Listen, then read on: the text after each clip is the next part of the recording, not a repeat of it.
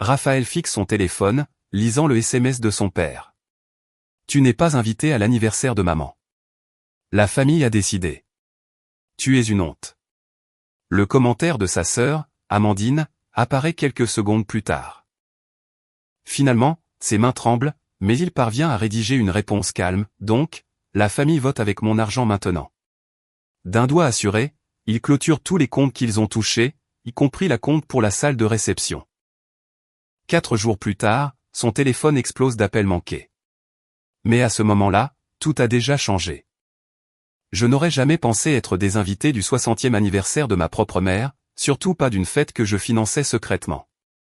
Le SMS de mon père est arrivé un mardi matin, alors que je préparais une réunion client. J'ai dû le relire 3 fois pour croire que c'était réel. Tu n'es pas invité à l'anniversaire de maman. La famille a décidé que tu es une honte. Pas d'explication, pas d'excuse, juste une déclaration brutale, comme s'il m'informait que le temps serait nuageux. Je me suis assis au comptoir de ma cuisine, le café oublié, alors que mon téléphone vibrait à nouveau avec un message de ma sœur, Amandine. Enfin. Comme s'ils attendaient de m'évincer. Comme si c'était l'aboutissement d'un désir contenu depuis longtemps. J'ai posé mon téléphone et j'ai regardé par la fenêtre de mon appartement, observant la ligne d'horizon de Paris, la ville bourdonnant déjà de l'énergie matinale. À 32 ans, j'avais construit une vie que beaucoup envieraient. Analyste financier dans l'un des meilleurs cabinets de la Défense, un appartement d'angle avec vue et suffisamment d'économie pour me sentir en sécurité. Ce que ma famille ne savait pas, ou ne voulait peut-être pas reconnaître, c'est que mon succès était devenu leur filet de sécurité. Pendant des années, j'avais été celui qu'ils appelaient quand les factures arrivaient ou que des urgences survenaient. Le responsable, le fiable, le distributeur automatique de la famille. Cela a commencé petit, quand j'ai décroché mon premier emploi après mon école de commerce. Maman avait besoin d'aide pour des soins dentaires non remboursés. La camionnette de papa avait besoin de réparation. Mon frère Grégoire voulait suivre des cours dans une école privée. Ma sœur Amandine avait besoin d'une caution pour son premier appartement. Je n'ai jamais hésité à aider parce que c'est ce que fait la famille. Mais en cours de route, c'est devenu une attente plutôt qu'une appréciation. La demande occasionnelle est devenue une obligation mensuelle. Les remerciements reconnaissants sont devenus des exigences. Et à travers tout cela, j'ai continué à donner, espérant qu'ils finiraient par me voir comme autre chose qu'un simple chéquier. Le 60e anniversaire de maman était le sujet de conversation de la famille depuis des mois. Elle avait toujours voulu une grande fête, quelque chose de somptueux pour compenser tous les anniversaires passés à faire des heures supplémentaires quand nous étions enfants. Il y a 3 mois, quand papa a mentionné qu'il pensait juste faire un petit rassemblement à la maison parce que les temps étaient durs, j'ai proposé mon aide. Laisse-moi m'en occuper, lui ai-je dit. Maman mérite quelque chose de spécial. Ce que je n'ai pas dit, c'est que je couvrirai tout. La salle à l'hôtel des Quais de Seine, le traiteur pour 50 invités, le groupe de jazz live que maman avait toujours aimé, le photographe pour capturer chaque instant. Chaque détail organisé et payé via mes comptes, avec papa listé comme organisateur pour que maman croie que c'était son cadeau à elle. J'ai repris mon téléphone et j'ai fait défiler les SMS des dernières semaines. Il n'y avait aucun indice, aucun avertissement que cela allait arriver. Juste les demandes d'argent habituelles et les potins de famille. Quoi que j'ai fait pour les embarrasser, c'était soit un développement soudain, soit, plus probablement, une excuse pratique. Donc, la famille vote avec mon argent maintenant.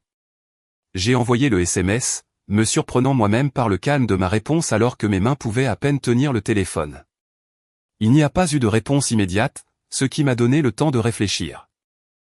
J'ai ouvert mon application bancaire et j'ai regardé la liste des comptes, beaucoup avec des membres de la famille comme cotitulaires ou bénéficiaires. Le fonds pour les médicaments de ma mère, le compte d'urgence de mon père, le compte joint que je partageais avec Grégoire pour l'aider à apprendre la responsabilité financière, les virements automatiques pour le prêt étudiant d'Amandine. Des années de soutien financier étalées en rangées numériques nettes. Et maintenant, je n'étais pas assez bien pour assister à une fête que j'avais financée. J'ai pris une décision alors, froide et claire à travers la brume de ma blessure. Si je n'étais pas assez famille pour célébrer avec eux, je n'étais pas assez famille pour les soutenir. Un par un, j'ai commencé à fermer les comptes et à annuler les virements automatiques. La compte pour la salle fut le dernier à partir, nécessitant un appel au responsable de l'événement expliquant que les plans avaient changé. Alors que je travaillais, une notification est apparue sur mon téléphone. Un débit sur ma carte de crédit dans un magasin d'électronique à Nanterre. Un achat que je n'avais pas fait. J'ai ouvert les détails du compte et j'ai senti mon estomac se nouer en faisant défiler les 3 derniers mois de relevés. Des douzaines de débits que je ne reconnaissais pas. Des restaurants où je n'étais jamais allé. Des stations-service dans des villes où je n'avais pas mis les pieds. Quelqu'un utilisait ma carte de crédit à mon insu. Et étant donné les lieux, tous près de l'appartement de mon frère Grégoire, il n'était pas difficile de deviner qui. C'était la première vraie trahison. Mais au fil de la journée, je découvrirais que c'était loin d'être la dernière. Après avoir découvert que Grégoire utilisait ma carte de crédit sans permission, j'ai pris une journée de congé. Mon esprit ne pouvait pas se concentrer sur les tendances du marché et les portefeuilles d'investissement alors que ma propre famille venait de me poignarder dans le dos. J'avais besoin de réponses, et j'avais besoin d'espace pour assimiler ce qui se passait. Chez moi, j'ai ouvert mon ordinateur portable et j'ai fait quelque chose que je n'avais jamais fait auparavant. J'ai vérifié les réseaux sociaux spécifiquement pour voir ce que ma famille publiait. Nous étions tous connectés en ligne, mais je faisais rarement attention, trop occupé par le travail et ma propre vie pour suivre leurs mises à jour quotidiennes. Ce que j'ai trouvé m'a donné la nausée. Il y avait des dizaines de publications sur l'organisation de l'anniversaire de maman remontant à plusieurs semaines. Des photos de ma sœur et de mon frère à la salle que j'avais réservée, s'attribuant le mérite d'avoir trouvé l'endroit parfait. Papa publiant à quel point il était excité de donner à Diane la célébration qu'elle méritait après toutes ces années. Des cousins éloignés et des amis de la famille commentant à quel point ils étaient tous merveilleux d'organiser un événement aussi spécial. Pas une seule mention de ma contribution. Pas un mot sur mon implication. Tout comme je l'avais demandé, ils avaient gardé mon soutien financier secret pour que maman croie que ça venait de tous. Mais ils avaient pris ce silence et l'avaient transformé en effacement total. J'ai fait défiler plus bas et j'ai trouvé des photos d'une réunion du comité d'organisation chez mes parents il y a 2 semaines. Tout le monde était là, verre levé pour un toast. Tout le monde sauf moi, qui n'avais jamais été invité à participer au-delà de fournir ma carte de crédit. L'exclusion piquait, mais ce qui faisait le plus mal, c'étaient les commentaires en dessous. Amandine répondant à une tante qui demandait de mes nouvelles, Raphaël est trop occupé à faire du fric pour se soucier des trucs de famille. Papa ajoutant, tu sais comment il est. Il pense qu'il vaut mieux que nous, les gens ordinaires, maintenant. J'ai fermé l'ordinateur portable, les mains tremblantes. Depuis combien de temps me dépeignait-il comme le fils snob et absent, tout en dépendant simultanément de mon argent? L'hypocrisie était stupéfiante. Mon téléphone a sonné, me tirant de mes pensées. C'était Damien, mon ami depuis le collège et l'une des rares personnes à connaître les 2 facettes de ma vie, le professionnel accompli et le paillasson familial. Et, quoi de neuf? Sa voix était décontractée, ignorant que mon monde s'effondrait. Ils m'ont désinvité de l'anniversaire de maman, ai-je dit, les mots semblant étranges en sortant de ma bouche. La famille a décidé que je suis une honte. Il y eut une pause. Puis Damien a laissé échapper un sifflement bas. C'est dégueulasse, surtout vu que tu paies tout le truc. Payais, ai-je corrigé. J'ai déjà tout annulé. Bien, a dit Damien sans hésitation. Il était temps que tu leur tiennes tête. Je les regarde profiter de toi depuis des années. Ces mots m'ont frappé comme un coup physique. Tu penses qu'ils profitaient de moi? Raphaël, allez. Ton frère conduit une voiture plus belle que la tienne et il travaille à mi-temps dans une boutique de cigarettes électroniques. Ta sœur a eu un mariage qui rendrait une Kardashian jalouse et tes parents partent en vacances 2 fois par an. Pendant ce temps, tu n'as pas pris un jour de congé en 3 ans, sauf pour conduire ton père à ses rendez-vous médicaux. Comment appellerais-tu ça? Vu sous cet angle, c'était difficile à contester, mais la réalisation a apporté une nouvelle vague de douleur. Si c'était si évident pour Damien, tout le monde dans ma vie l'avait-il vu sauf moi? La conversation avec Damien m'a laissé agité, ayant besoin de comprendre la profondeur de la tromperie. J'ai fait quelque chose dont je ne suis pas fier. Je me suis connecté au compte email familial que nous avions créé il y a des années pour partager des photos et planifier les fêtes. Je ne l'avais pas consulté depuis des mois, peut-être plus. Là, j'ai trouvé le groupe de discussion familiale auquel je n'avais jamais été ajouté. Faire défiler les messages m'a serré la poitrine jusqu'à ce que je puisse à peine respirer. Ma sœur Amandine se moquait régulièrement de ma réussite professionnelle, me dépeignant comme un snob matérialiste qui pensait être trop bien pour ses racines ouvrières. Mon frère Grégoire partageait des blagues à mes dépens, beaucoup tournant autour de la facilité avec laquelle il pouvait m'extorquer de l'argent. Papa me défendait parfois, mais faiblement, et se joignait plus souvent aux plaintes sur la façon dont j'étalais mon succès, même lorsqu'il demandait plus d'aide financière. La pire découverte est venue d'un fil de discussion d'il y a 3 mois, juste au moment où la planification de l'anniversaire de maman commençait. Papa avait écrit « Raphaël couvre tout. Ne le dites pas à votre mère. » Et au fait, ce serait peut-être le bon moment pour évoquer l'idée de la résidence secondaire en Normandie. Il se sentira généreux avec tout le monde qui regarde. Amandine avait répondu « Parfait. Je m'assurerai de m'asseoir à côté de lui et de mentionner à quel point maman aimerait avoir un lieu de vacances familial. » Ils avaient prévu d'utiliser la fête d'anniversaire de maman, que je finançais, comme une opportunité pour me demander un prêt pour acheter une maison de vacances. La manipulation était si calculée qu'elle m'a rendu physiquement malade. J'ai fermé l'email et je me suis assis en silence, les souvenirs revenant avec un nouveau contexte. Le mariage d'Amandine l'année dernière, que j'avais entièrement payé après qu'elle et son fiancé eurent prétendu avoir perdu leurs économies dans un mauvais investissement. Papa me demandant constamment conseil sur des questions financières, puis racontant plus tard à la famille élargie le mouvement d'argent intelligent. L'intérêt soudain de Grégoire pour passer du temps ensemble, toujours dans des restaurants chers où l'addition me revenait inévitablement. Cet après-midi-là, j'avais une séance déjà prévue avec mon thérapeute, le docteur Dubois. Je le voyais depuis 6 mois, à l'origine pour gérer le stress au travail. Maintenant, j'étais assis dans son bureau à déverser toute cette histoire sordide. Je me sens comme un tel idiot, ai-je conclu. Comment ai-je pu ne pas voir ça? Le docteur Dubois s'est penché en avant. Raphaël, vous avez vu ce que vous vouliez voir parce que vous aimez votre famille. Il n'y a pas de honte à cela. Mais maintenant que vous voyez la vérité, la question est, qu'allez-vous faire? Quoi, en effet? En quittant son cabinet, je savais une chose avec certitude. Je ne pouvais pas redevenir la banque familiale. Quelque chose devait changer, et cela devait commencer par moi. Le lendemain matin de la découverte de la profondeur de la tromperie de ma famille, je me suis réveillé avec une clarté inhabituelle. La blessure était toujours là, une douleur sourde derrière mes côtes, mais elle était maintenant accompagnée d'une détermination froide. Je devais tout documenter avant de prendre d'autres mesures. Plus de décisions émotionnelles. Ce serait méthodique, comme l'analyse d'un investissement défaillant. J'ai pris un autre jour de congé et j'ai étalé des documents sur ma table à manger.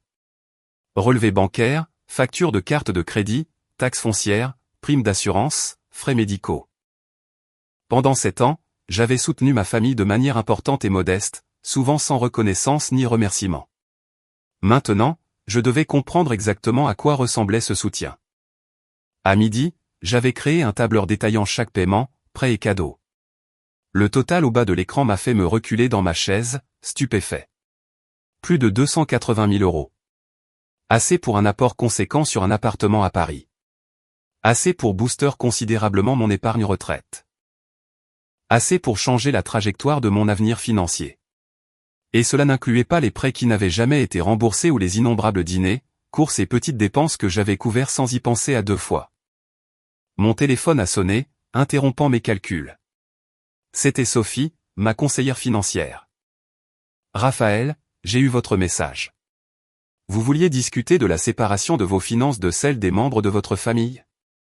Oui, ai-je confirmé. J'ai besoin de connaître le moyen le plus propre de faire cela sans causer de préjudice inutile.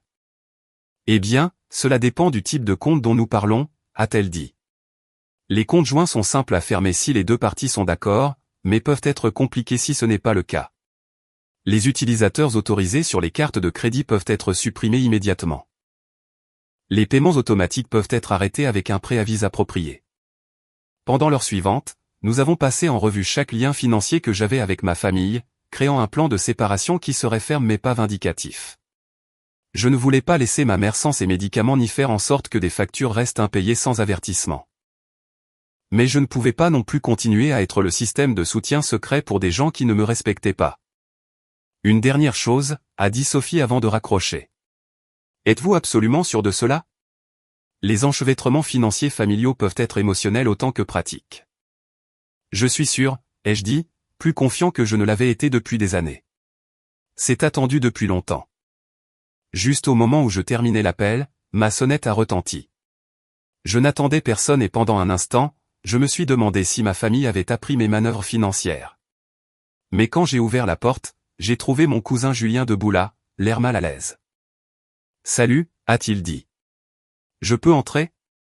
Il faut que je te parle. » Julien et moi avions été proches en grandissant, mais nous nous étions éloignés à l'âge adulte.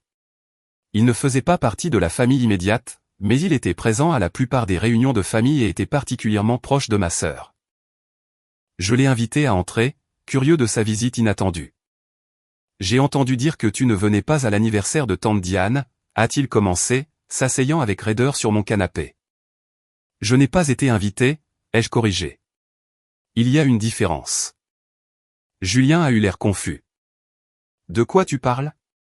Oncle Paul a dit à tout le monde que tu refusais de venir parce que tu es trop occupé par le travail. » Une nouvelle vague de colère m'a envahi. Ce n'est pas vrai. Papa m'a envoyé un SMS hier disant que je n'étais pas invité parce que je suis une honte pour la famille. Ce n'est pas ce qu'il raconte aux gens. Julien a sorti son téléphone et m'a montré un groupe WhatsApp où mon père affirmait que j'avais décliné l'invitation en raison de réunions d'affaires importantes et que j'envoyais mes regrets. Plus de mensonges, plus de manipulation du récit. J'ai montré à Julien le SMS original de mon père, regardant ses yeux s'écarquiller sous le choc. « Je n'avais aucune idée », a-t-il dit. « C'est tordu, surtout vu combien tu les aides. » « Comment ça ? » Julien m'a lancé un regard étrange. « Tu sais, avec l'argent et tout. Tout le monde sait que c'est toi qui t'assures que les factures sont payées. »« Tout le monde sait », ai-je répété, sentant un frisson. « Ben, ouais. Amandine parle toujours de la façon dont tu finances tout en coulisses. Elle t'appelle le sponsor de la famille comme si c'était une sorte de blague. Le sponsor de la famille. Comme si j'étais une entreprise faisant un don à une association caritative pour des avantages fiscaux. J'avais envie de vomir. Il y a plus, a continué Julien, semblant de plus en plus mal à l'aise. Grégoire dit aux gens que c'est lui qui soutient tes parents, s'attribuant le mérite de payer leurs taxes foncières et tout ça. Je sais seulement que ce n'est pas vrai parce qu'Amandine s'est saoulée à Noël et a commencé à se plaindre que tu ne laisses jamais personne oublier qui tient les cordons de la bourse. Une autre trahison. Mon frère s'attribuant le mérite de mon soutien financier tout en utilisant simultanément ma carte de crédit sans permission, et ma sœur me dépeignant comme quelqu'un qui faisait valoir son argent sur la famille alors qu'en réalité, j'avais été soigneusement anonyme dans mes dons. Ne voulant jamais que quiconque se sente redevable. « Pourquoi tu me dis ça maintenant ? » ai-je demandé. Julien a soupiré. « Parce que ce n'est pas juste. J'ai vu ces textos et j'ai réalisé à quel point ils manipulent tout. En plus, Amandine m'a demandé de l'aider à te convaincre de faire un chèque pour une maison de campagne qu'ils veulent acheter. Elle a dit que ce serait un cadeau de toute la famille pour tes parents. C'est là que j'ai réalisé à quel point c'était grave. » Après le départ de Julien, j'ai continué mon enquête, regardant maintenant la salle pour l'anniversaire de maman. J'ai appelé l'hôtel des Quais de Seine directement, m'identifiant comme la personne qui avait fait la réservation et payé la compte. « Oui, monsieur Moreau, nous vous avons inscrit pour la salle rive droite samedi », a confirmé le gérant. « Y a-t-il un problème avec les arrangements ? Je voulais juste confirmer qui est listé comme contact pour l'événement. » Ce serait Paul Moreau. Il est listé comme contact principal avec vous comme contact financier. Donc, mon père s'était mis comme le visage de l'événement tout en me gardant comme portefeuille. Cela devenait un schéma familier. En continuant à creuser, j'ai fait la découverte la plus troublante. Parmi mes dossiers bancaires se trouvait une série de virements vers un compte intitulé « Fonds d'urgence familiale ». J'avais mis cela en place il y a 3 ans à la demande de mon père, déposant 450 € par mois pour créer un filet de sécurité pour les besoins familiaux inattendus. Pour autant que je sache, il avait rarement été utilisé. Mais les relevés bancaires racontaient une autre histoire. L'argent était régulièrement viré hors de ce compte, non pas pour des urgences, mais vers un autre compte que je ne reconnaissais pas. Quand j'ai appelé la banque pour me renseigner, j'ai appris que ce deuxième compte était au nom de mon père uniquement. Pendant 3 ans, il avait redirigé mes contributions au fonds d'urgence vers son compte personnel. La trahison était complète. Non seulement profiter de ma générosité, mais me tromper activement sur la destination de mon argent. Alors que les preuves de manipulation s'accumulaient, ma résolution se renforçait. Il était temps d'agir. Le lendemain matin, je me suis réveillé avant l'aube. Je n'avais pas bien dormi, mais l'adrénaline et la détermination me gardaient concentré. C'était le jour où je démantellerais la toile financière qui m'avait empêtré avec ma famille pendant 7 ans. J'avais mon plan prêt, ma documentation en ordre et mon esprit décidé. J'ai commencé par la salle pour l'anniversaire de maman. L'appel fut bref mais difficile. Service des événements, hôtel des Quais de Seine. C'est Marissa à l'appareil. Bonjour Marissa. Ici Raphaël Moreau. Je dois annuler la réservation pour la fête d'anniversaire Moreau ce samedi. Oh. Elle semblait surprise. C'est un préavis très court, monsieur Moreau. Les frais d'annulation à ce stade seraient substantiels. Je comprends. C'est moi qui ai payé la compte et je vous autorise à le garder comme frais d'annulation. J'ai juste besoin que l'événement soit retiré de votre calendrier. Puis-je demander la raison de l'annulation ? Peut-être pouvons-nous aider à résoudre tout problème avec les arrangements. J'ai hésité, ne voulant pas étaler le drame familial à une inconnue. Les circonstances ont changé, ai-je dit finalement. L'événement n'aura plus lieu comme prévu. Après avoir confirmé l'annulation et reçu un email de confirmation, je suis passé au compte bancaire. D'abord une visite à ma banque principale où j'avais 3 comptes joints avec divers membres de la famille. Je voudrais fermer ces comptes, ai-je dit à la conseillère, faisant glisser les numéros de compte sur le bureau. Ce sont des comptes joints, monsieur Moreau, m'a-t-elle rappelé après avoir vérifié son système. Les 2 parties doivent généralement être présentes pour les fermer. Je comprends, mais j'ai vérifié les politiques de votre banque. En tant que cotitulaire, j'ai le droit de me désolidariser du compte sans la présence de l'autre partie. Je voudrais faire cela maintenant. Elle a semblé mal à l'aise, mais a hoché la tête. C'est exact. J'aurai besoin de voir votre pièce d'identité, et vous devrez signer plusieurs formulaires. Pendant l'heure suivante, je me suis méthodiquement retiré de chaque compte joint, j'ai transféré mes parts des fonds vers mon compte personnel et je me suis assuré que tous les virements automatiques de mes comptes principaux vers les dépenses familiales étaient annulés. La banquière observait avec une neutralité professionnelle, mais je pouvais sentir sa curiosité face aux transactions inhabituelles. Y a-t-il un problème avec ses comptes ? A-t-elle finalement demandé alors que je signais le dernier formulaire. Pas de problème, ai-je dit. Juste des changements qui auraient dû être faits depuis longtemps. Ensuite sont venues les cartes de crédit. 3 appels téléphoniques pour annuler les cartes où les membres de la famille étaient utilisateurs autorisés. 2 autres appels pour mettre à jour les informations de paiement automatique pour les factures que je continuerai à couvrir directement, comme les médicaments de maman. Un dernier appel à mon propriétaire, supprimant mon frère comme contact d'urgence ayant accès à mon appartement. À midi, j'avais démantelé la plupart des liens financiers me liant à ma famille. Le processus était épuisant, pas seulement pratiquement, mais émotionnellement. Chaque signature, chaque numéro de confirmation, chaque « êtes-vous sûr » des représentants du service client ressemblait à la coupure d'un morceau de mon identité. J'avais été le pourvoyeur pendant si longtemps que je n'étais pas tout à fait sûr de qui j'étais sans ce rôle. J'ai pris une pause pour le déjeuner, me forçant à manger, même si je n'avais pas d'appétit. En picorant un sandwich, j'ai vérifié mon téléphone. Pas encore de message de ma famille. Ils ne sauraient ce que j'avais fait que lorsqu'ils essaieraient d'utiliser l'un des comptes ou cartes que j'avais fermés. Cette pensée n'apportait aucune satisfaction, seulement un sentiment de vide dans ma poitrine. Dans l'après-midi, j'ai rencontré Alain Perrin, l'avocat de la famille. Je le connaissais depuis l'enfance, quand il s'était occupé du testament de mon grand-père, et il avait toujours été juste avec nous tous. C'est inhabituel, Raphaël, a-t-il dit après que je lui ai expliqué pourquoi j'avais besoin de documenter ma séparation financière d'avec ma famille. Les désaccords familiaux ne nécessitent généralement pas de documentation légale à moins qu'il n'y ait un divorce ou un problème de garde impliqué. Je comprends que c'est inhabituel, ai-je dit, mais j'ai besoin d'un dossier qui montre clairement quel soutien j'ai fourni par le passé et ce que je suis prêt à continuer de fournir à l'avenir s'il y a des litiges plus tard. Je veux qu'un tiers impartial ait les faits. Alain semblait troublé. Est-ce qu'il s'est passé quelque chose de spécifique pour provoquer cela ? Je lui ai montré le SMS de mon père et le commentaire de ma sœur. Ensuite, je lui ai montré mes dossiers financiers et la documentation de l'utilisation non autorisée de mes comptes. Son expression est devenue plus sérieuse en examinant les preuves. Je vois. Cela va au-delà d'un simple désaccord familial. Oui. Et je veux être clair. Je ne cherche pas à les punir ou à créer des difficultés. Je continuerai à couvrir les médicaments de ma mère directement. J'ai pris des dispositions pour que ces ordonnances soient payées depuis mon compte à la pharmacie, mais je ne peux pas continuer à être la banque familiale tout en étant traité comme un étranger. Alain a hoché la tête lentement.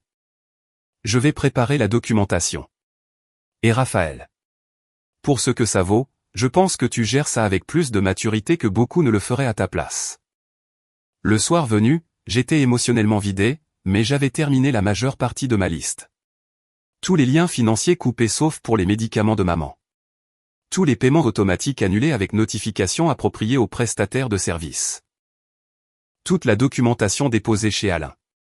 Les seules choses qui restaient étaient les connexions numériques plus petites, retirer les membres de la famille de mes services de streaming, de mon forfait téléphonique et d'autres commodités mineures dont ils avaient profité à mes frais.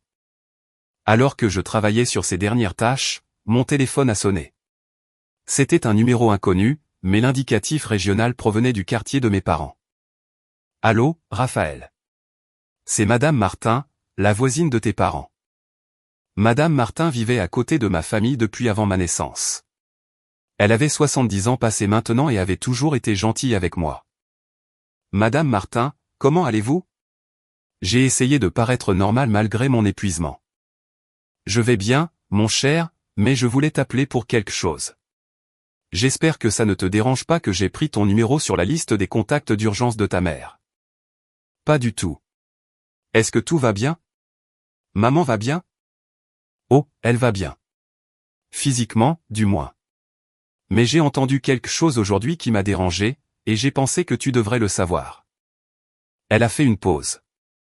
J'étais dans mon jardin et ton père et ta sœur étaient sur la terrasse arrière. Ils discutaient de toi et... Eh bien, ce n'était pas très gentil. Ta sœur a dit quelque chose sur le fait que tu te crois meilleur que tout le monde à cause de ton travail chic et ton père était d'accord. J'ai fermé les yeux, la blessure fraîche à nouveau malgré tous les commentaires similaires que j'avais déjà découverts. Mais alors ta mère est sortie, a continué Madame Martin, et elle t'a défendu avec ferveur. Elle a dit, tu travailles dur pour tout ce que tu as, et il devrait être fier au lieu d'être rancunier.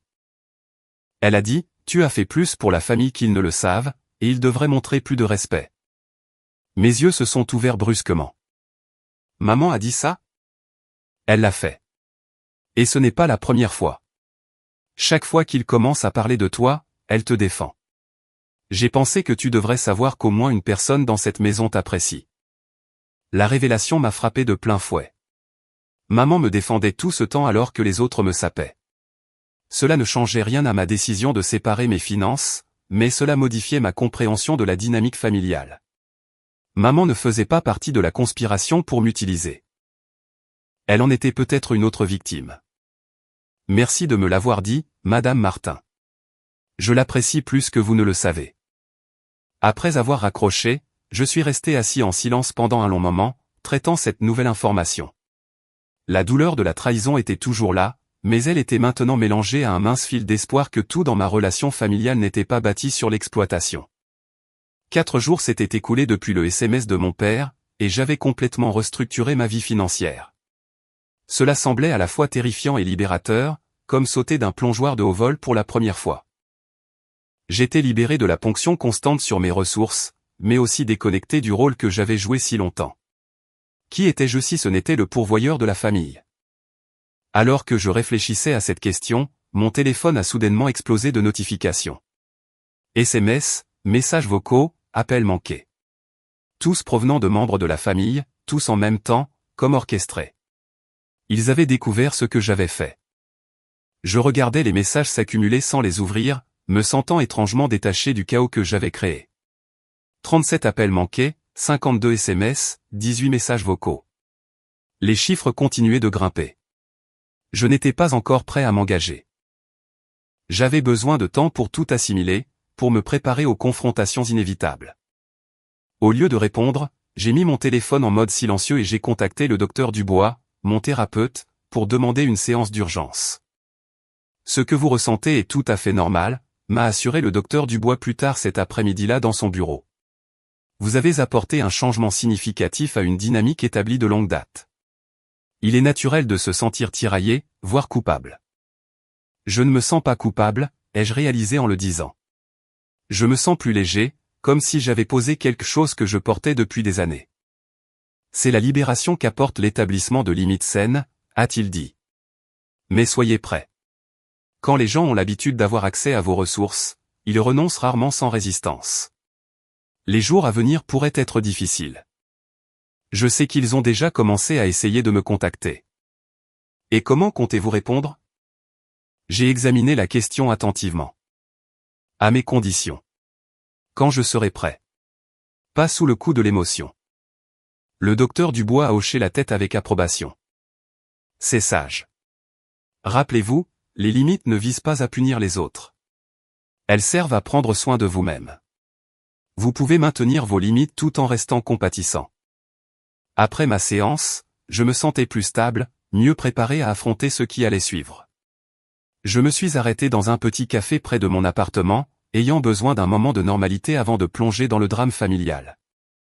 En attendant mon café, quelqu'un a appelé mon nom. Raphaël? Raphaël Moreau? C'est toi. Je me suis retourné pour trouver Monsieur Lambert, mon professeur de français du lycée, me souriant.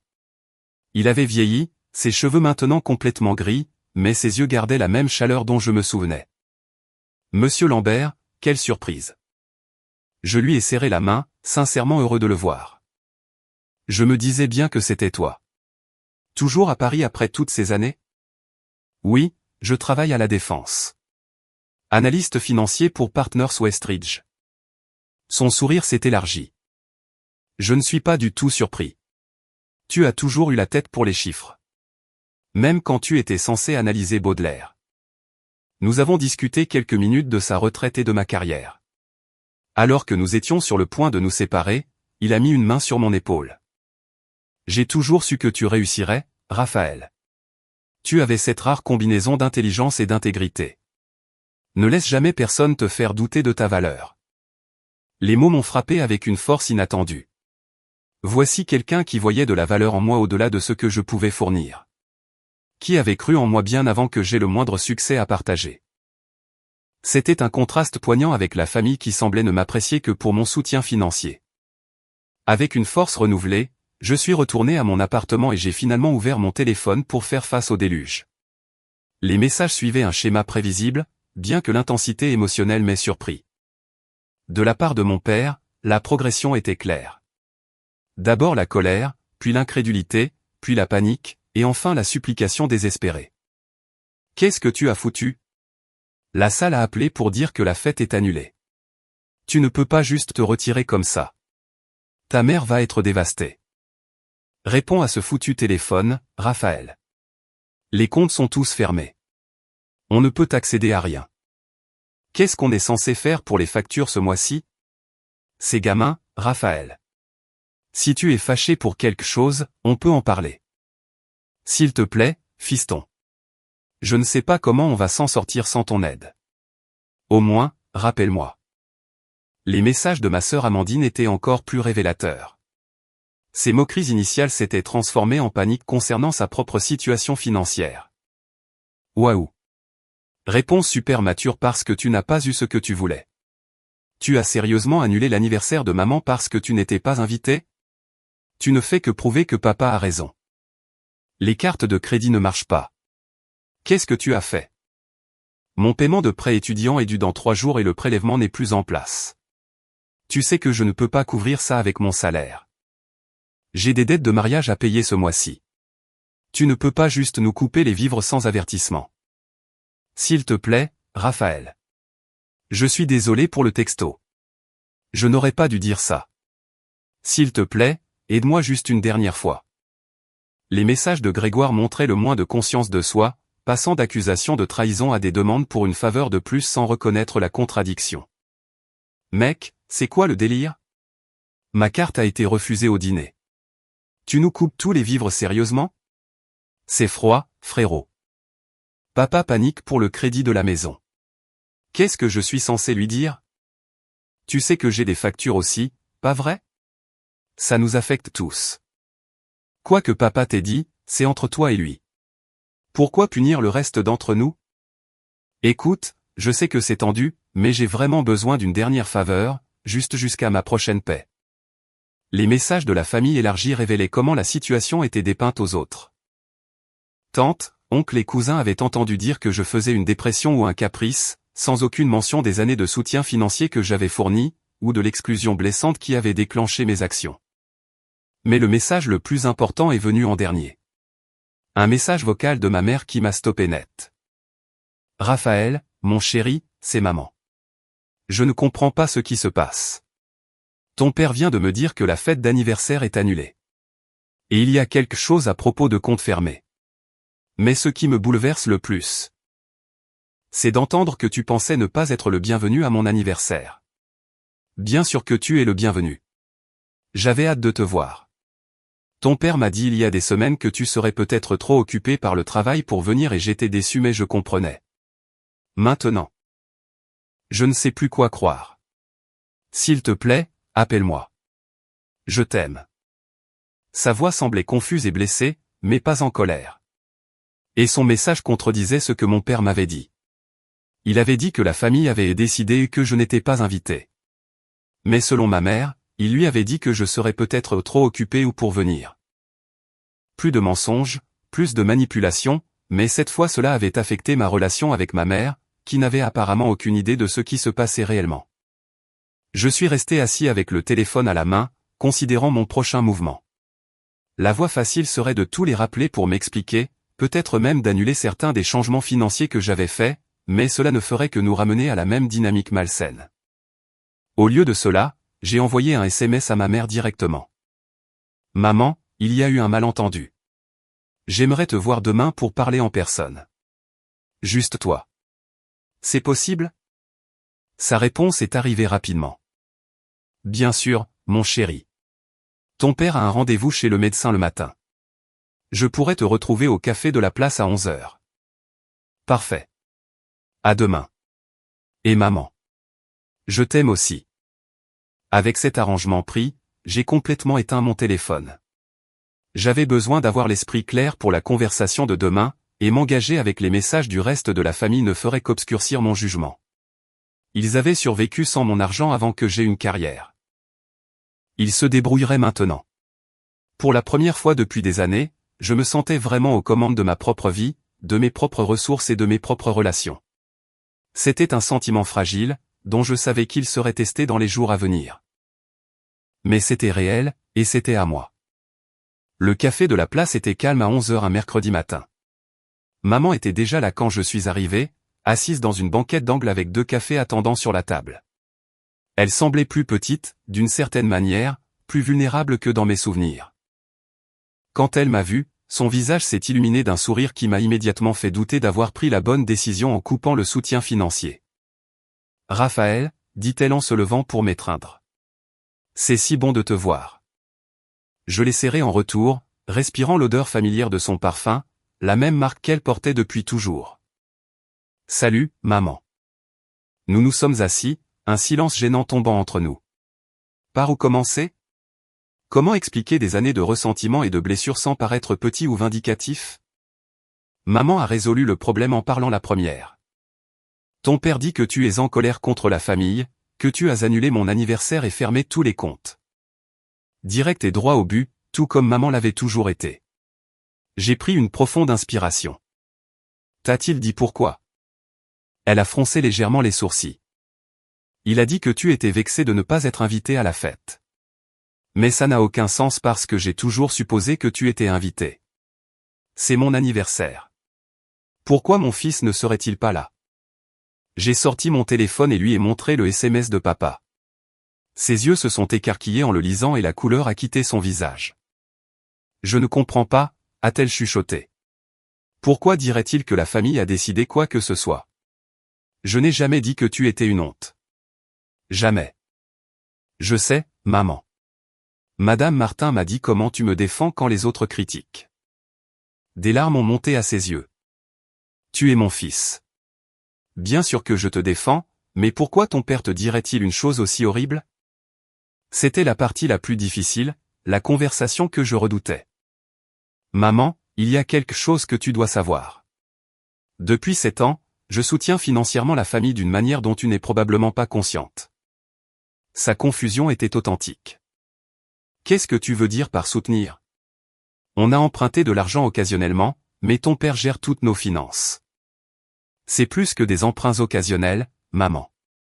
Je paie les taxes foncières de votre maison depuis 5 ans. Je couvre la moitié de votre crédit immobilier chaque mois. Je paie tes médicaments. J'ai financé tout le mariage d'Amandine l'année dernière.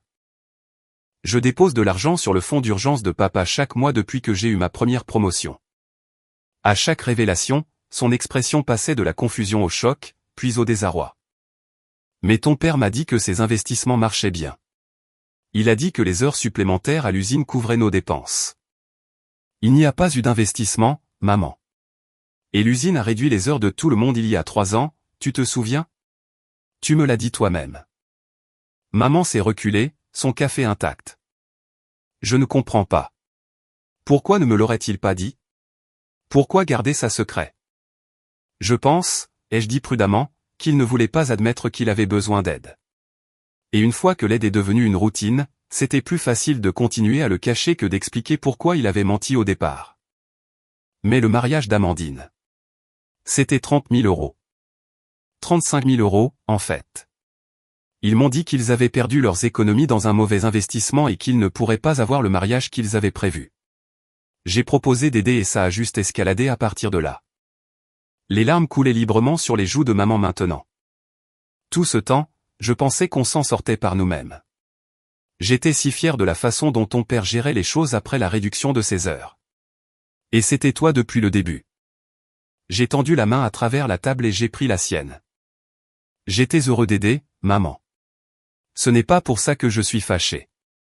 Je suis fâché parce que pendant que je fournissais ce soutien, papa et les autres me disaient que je n'étais pas le bienvenu aux événements familiaux. Ils se moquaient de moi dans mon dos, me traitaient d'arrogant et de coincé tout en comptant simultanément sur mon argent. Maman a serré ma main, son expression se durcissant. On va régler ça. Tous ensemble. En commençant par la vérité.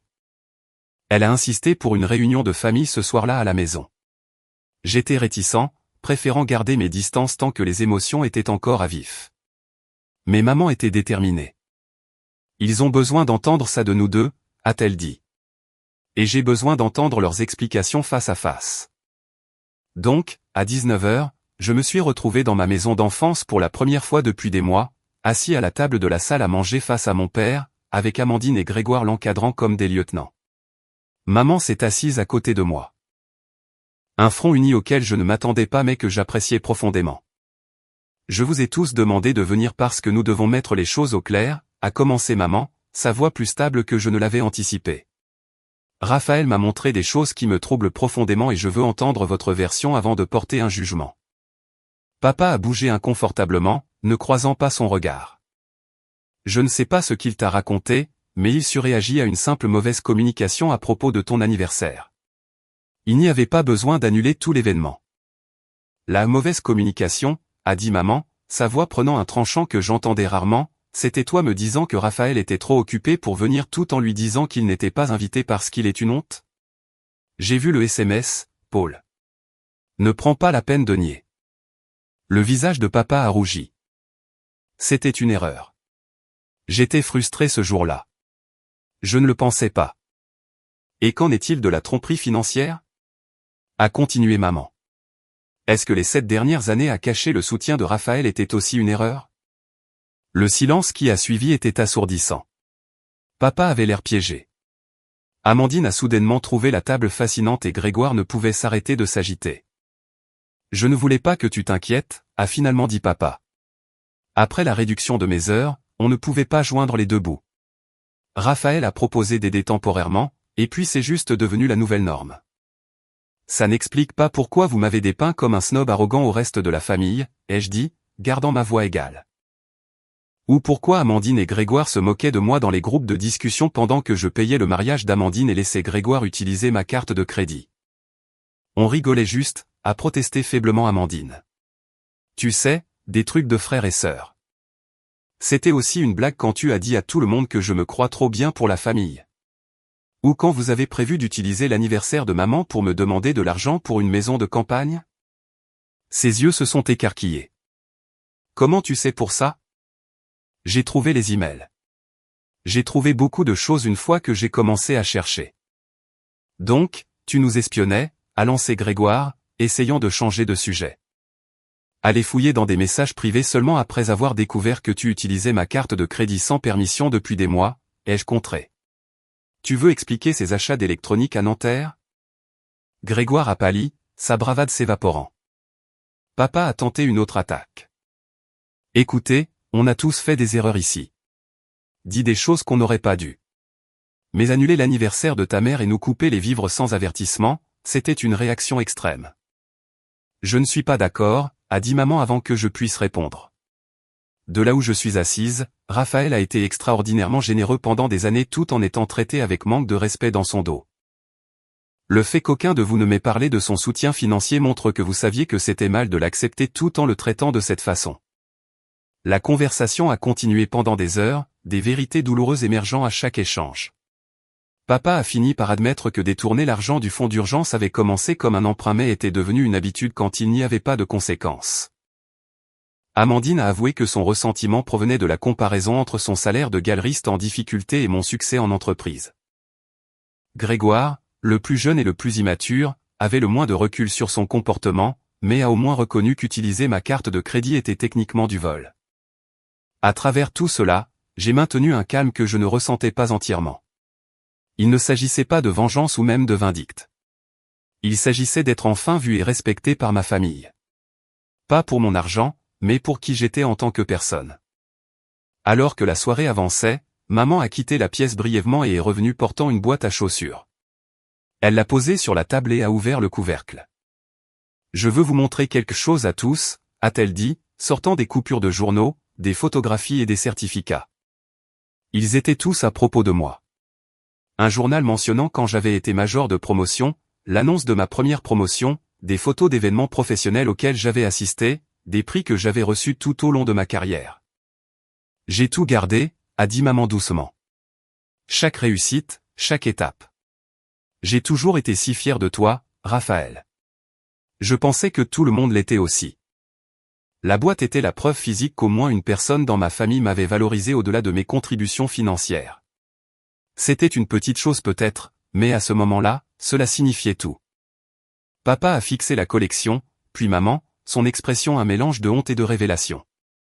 Je ne savais pas que tu gardais tout ça. Parce que tu n'as jamais demandé, a-t-elle répondu. Tu étais trop occupé à être jaloux du succès de ton propre fils au lieu de le célébrer. Ces mots ont flotté dans l'air, une vérité trop crue pour être niée. Les épaules de papa se sont affaissées dans la défaite. Je suis désolé, a-t-il dit finalement, me regardant directement pour la première fois de la soirée. J'ai été injuste envers toi. Pire qu'injuste. J'ai profité de ta générosité tout en te reprochant d'être en position de l'offrir. Ce n'est pas ce qu'un père devrait faire. Ce n'était pas une excuse parfaite, et cela n'effaçait pas des années de blessures, mais c'était un début, un premier pas vers ce que notre relation pourrait devenir. Amandine et Grégoire ont suivi avec leurs propres excuses, variant en sincérité et en perspicacité. Amandine semblait sincèrement pleine de remords concernant les dépenses du mariage, tandis que Grégoire était surtout désolé d'avoir été pris à utiliser ma carte de crédit. Tous deux, cependant, ont reconnu que les choses ne pouvaient pas continuer comme elles l'avaient été. Alors que la nuit se concluait, j'ai rendu ma position claire. Je suis prêt à travailler à reconstruire nos relations, mais la dynamique financière doit changer. Je continuerai à couvrir les médicaments de maman parce que sa santé compte pour moi. Tout le reste doit être renégocié sur une base de respect et de transparence. Ils ont accepté, bien que je soupçonne que le plein impact de la vie sans mon soutien financier n'avait pas encore été assimilé. Cela viendrait dans les jours à venir quand les factures arriveraient et que les luxes devraient être reconsidérés. En quittant la maison, maman m'a accompagné à ma voiture. Je suis tellement désolé, Raphaël, a-t-elle dit. J'aurais dû voir ce qui se passait. Je l'ai serré fort. Ce n'est pas ta faute, maman. Ils t'ont gardé dans l'ignorance délibérément. Quand même. Elle s'est reculée pour me regarder. Ton anniversaire est toujours important pour moi. Laisse-moi organiser quelque chose de plus petit juste pour la famille, un nouveau départ.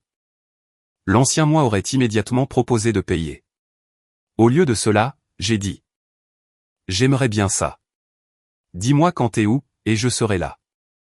En rentrant chez moi, j'ai ressenti un mélange complexe d'émotions. Soulagement que la confrontation soit terminée. Tristesse pour les années de malentendus. Espoir prudent pour ce qui pourrait venir ensuite. La route à suivre ne serait pas facile. Changer des schémas familiaux établis ne l'est jamais. Mais pour la première fois depuis des années, j'avais l'impression que ma famille pourrait finir par me voir pour qui j'étais vraiment, pas juste pour ce que je pouvais fournir. Une semaine après la confrontation familiale, je me suis retrouvé chez Bella, le restaurant italien préféré de maman dans notre ancien quartier. La petite salle arrière privée était décorée simplement mais élégamment avec des fleurs et un éclairage tamisé. Pas de salle élaborée, pas de groupe hors de prix, pas de foule de parents éloignés et d'amis de la famille. Juste maman, papa, Amandine, Grégoire, moi, et quelques-uns des amis les plus proches de maman. Je n'avais rien payé de tout cela. Papa avait puisé dans ses vraies économies, pas mon fonds d'urgence, pour couvrir la modeste célébration. Amandine avait géré les décorations elle-même plutôt que d'embaucher un décorateur. Grégoire avait créé une playlist au lieu de réserver de la musique live. C'était plus petit que prévu initialement, mais d'une certaine manière plus significatif. Maman rayonnait en entrant dans la pièce sous un cœur de surprise. Joyeux anniversaire! Elle a étreint chacun de nous, s'attardant un peu plus longtemps avec moi. Merci d'être là, a-t-elle chuchoté à mon oreille. Je n'aurais manqué ça pour rien au monde, ai-je répondu, et je le pensais. Le dîner qui a suivi ne ressemblait à aucune réunion de famille dont je pouvais me souvenir. Il y avait un courant sous-jacent de conscience, de considération prudente qui n'avait jamais été présent auparavant. Papa m'a interrogé sur mon travail sans la rancœur habituelle. Amandine a mentionné sa galerie sans faire allusion à des difficultés financières. Grégoire écoutait réellement quand les autres parlaient au lieu de faire défiler son téléphone. Nous essayons tous, imparfaitement, maladroitement, mais sincèrement. Après le dessert, maman a ouvert ses cadeaux. Des cadeaux personnels réfléchis dans les budgets réels de chacun. Mon cadeau était un cadre photo numérique préchargé avec des photos que j'avais collectées auprès de ses amis et de la famille, couvrant ses 60 ans.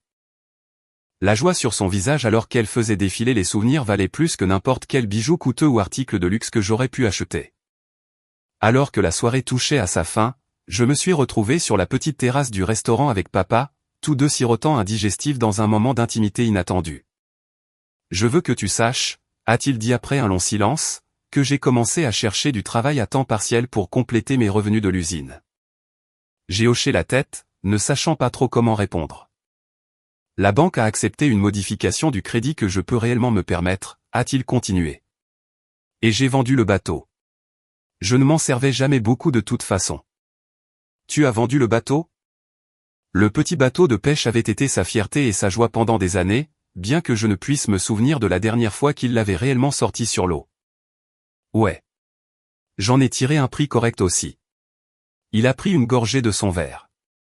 Le fait est que je me débrouille sans compter sur toi. Les mots auraient pu être défensifs, mais son ton transmettait quelque chose de différent. De la fierté, peut-être. Pas la fausse fierté qui l'avait conduit à cacher ses difficultés financières, mais la satisfaction authentique de gérer ses propres affaires. C'est bien, papa. Je suis content. Je pensais ce que j'ai dit la semaine dernière. Je suis désolé de la façon dont je t'ai traité. Ce n'était pas juste et ce n'était pas correct. J'apprécie ça. Il s'est tourné pour me faire face directement. J'étais jaloux, Raphaël. Mon propre fils gagnait plus que moi à 25 ans que je ne le ferai jamais. Tu sais ce que ça fait à un homme qui s'est défini par le fait d'être le pourvoyeur toute sa vie? Je peux imaginer que c'est difficile, ai-je dit prudemment. Mais ce n'est pas une raison pour m'exclure des événements familiaux ou parler de moi dans mon dos. Non, ce n'en est pas une. Il a soupiré lourdement.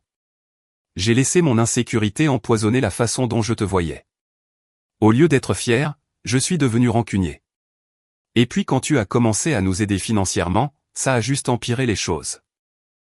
Chaque chèque, chaque paiement était un rappel que je n'étais plus suffisant. L'honnêteté était inattendue et étrangement touchante. Tu aurais pu m'en parler. Parler de sentiments n'était pas exactement encouragé dans ma génération, a-t-il dit avec un sourire ironique. Mais j'apprends. Ta mère a été très claire là-dessus. J'ai ri doucement. Maman a toujours été celle qui a l'intelligence émotionnelle dans la famille. Ça, c'est sûr. Il a levé légèrement son verre. À faire mieux. J'ai choqué mon verre contre le sien. À faire mieux. À l'intérieur, j'ai trouvé Amandine débarrassant les assiettes à dessert malgré le personnel du restaurant l'assurant qu'il s'en occuperait. Son besoin compulsif d'aider avait toujours été sa façon de garder le contrôle dans les situations incertaines. Besoin d'un coup de main? Ai-je proposé. Elle a levé les yeux, surprise. Non, j'ai presque fini. Force de l'habitude. Je me suis appuyé contre le mur, la regardant empiler les assiettes avec précision. Comment va la galerie? Honnêtement, elle galère. L'économie a frappé dur le marché de l'art. Elle a mis les assiettes de côté et m'a fait face. Je fais des demandes de subventions et j'envisage de prendre un associé. Ça semble intelligent. Ouais. Eh bien, nécessité est mère de l'invention, non? Elle a remis une mèche de cheveux derrière son oreille nerveusement.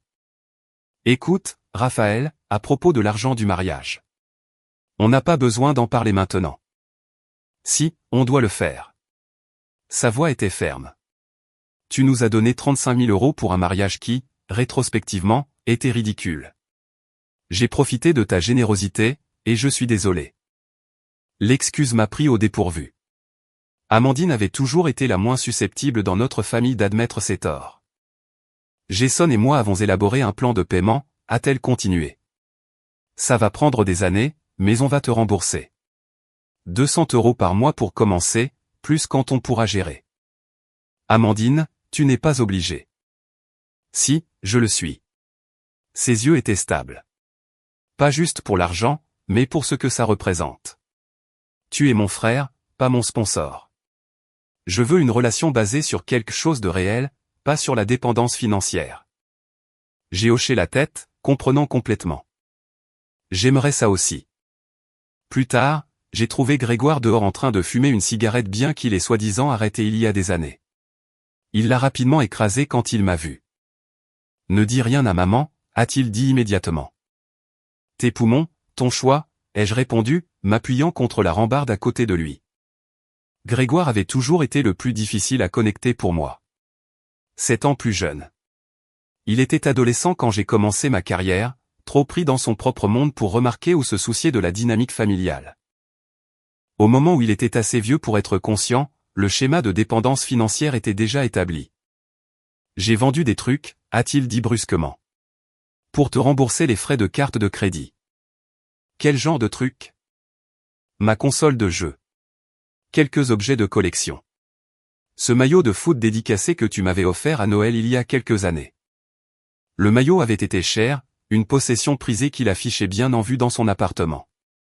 Tu n'avais pas à vendre ça. Il a haussé les épaules.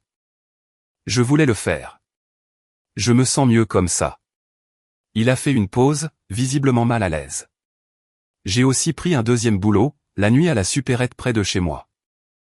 Ça ne doit pas être facile avec ton boulot de jour. Non, mais c'est ce que font les adultes, pas vrai? Payer leurs propres factures. Il y avait une nouvelle maturité dans sa voix que je n'avais pas entendue auparavant. Je n'ai jamais vraiment eu à le faire avant. Il y avait toujours toi ou papa ou quelqu'un pour me sortir du pétrin. J'ai hoché la tête, comprenant son parcours mieux qu'il ne pourrait le réaliser. Apprendre l'indépendance financière est important. Je suis fier de toi pour avoir franchi cette étape. Il a semblé surpris par l'éloge. Merci. Ça signifie beaucoup venant de toi. Alors que la soirée se terminait et que nous nous préparions tous à partir, maman m'a pris à part pour un dernier moment privé. J'ai réfléchi à ce qui s'est passé, à toutes ces années où tu nous as soutenus sans reconnaissance, a-t-elle dit. Et je reviens toujours à une question. Pourquoi as-tu fait ça? J'ai considéré ma réponse attentivement. Parce que vous êtes ma famille, et je pensais que c'est ce que fait la famille, prendre soin les uns des autres. Mais ce n'était pas réciproque. Vous ne preniez pas soin de moi. Non, ai-je admis. Mais je pense que j'avais besoin de me sentir nécessaire. Être le pourvoyeur me donnait un rôle clair, un but dans la famille qui allait au-delà de simplement se montrer pour les fêtes. Les yeux de maman se sont remplis de larmes. Oh, Raphaël, tu n'as jamais eu besoin d'acheter ta place dans cette famille. Tu as toujours eu ta place juste en étant toi. Ces mots ont touché quelque chose de profond en moi, une blessure que je n'avais pas pleinement reconnue. Je le sais maintenant, ai-je dit. Ou du moins, j'apprends à le croire. Bien. Elle a serré ma main. Parce que la chose la plus précieuse que tu puisses nous donner n'est pas ton argent. C'est ton temps, tes pensées, ta présence dans nos vies. C'est ce qui m'a le plus manqué ces dernières années, alors que tout le monde était pris dans la dynamique financière. Dans les semaines et les mois qui ont suivi, notre famille a commencé le lent travail de reconstruction des relations sur des fondations plus saines. Il y a eu des faux pas et de vieilles habitudes qui avaient la vie dure.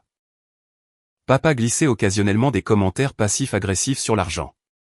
Amandine oubliait parfois que notre nouvelle relation n'incluait pas de prêt d'urgence. Grégoire a eu l'ajustement le plus difficile, n'ayant jamais connu la vie d'adulte sans filet de sécurité financière. Mais il y a eu des changements positifs, aussi. Les réunions de famille sont devenues plus authentiques, moins théâtrales. Les conversations incluaient une véritable écoute au lieu d'attendre son tour pour parler. Les discussions financières se déroulaient ouvertement et honnêtement, chacun reconnaissant sa véritable situation au lieu de maintenir des façades de succès ou de besoin. J'ai établi des limites claires avec chaque membre de la famille, adaptées à nos relations spécifiques et à notre histoire. Avec papa, je me suis concentré sur la construction du respect mutuel, en particulier autour des réalisations professionnelles et de l'indépendance financière. Avec Amandine, j'ai développé un plan de remboursement qui respectait sa dignité tout en reconnaissant la dette. Avec Grégoire, j'ai offert des conseils plutôt que des renflouements, l'aidant à acquérir des compétences financières que j'avais acquises des années plus tôt. Et avec maman, j'ai construit la relation la plus honnête de toutes. Une relation où elle savait exactement qui j'étais, ce que je contribuais et combien je valorisais sa présence dans ma vie. 6 mois après la confrontation qui a tout changé, j'étais assis dans mon appartement à revoir mes finances. Sans la ponction constante du soutien à ma famille, mes économies avaient considérablement augmenté. Le poids émotionnel s'était levé aussi, laissant de la place pour de nouvelles possibilités dans ma vie. J'avais recommencé à avoir des rendez-vous amoureux, rejoint un programme de bénévolat, et même pris de vraies vacances pour la première fois depuis des années. Mon téléphone a vibré avec un SMS de maman. Dîner de famille dimanche. Je fais tes lasagnes préférées. J'ai souri en répondant. Je ne manquerai ça pour rien au monde. Besoin que j'apporte quelque chose? Juste toi, est venue sa réponse. C'est tout ce dont on a besoin. Et pour la première fois depuis des années, j'ai cru que c'était vrai. Avez-vous déjà eu à fixer des limites difficiles avec des gens que vous aimez? J'apprécierais d'entendre vos expériences dans les commentaires ci-dessous. Parfois, la partie la plus difficile d'aimer quelqu'un est d'apprendre quand dire non, même quand il semble plus facile de continuer à donner. Si cette histoire a résonné en vous, merci d'aimer, de vous abonner et de partager avec quelqu'un qui pourrait avoir besoin de l'entendre. Merci d'avoir écouté mon histoire et j'espère qu'elle vous aidera à naviguer dans vos propres dynamiques familiales avec compassion et respect de soi.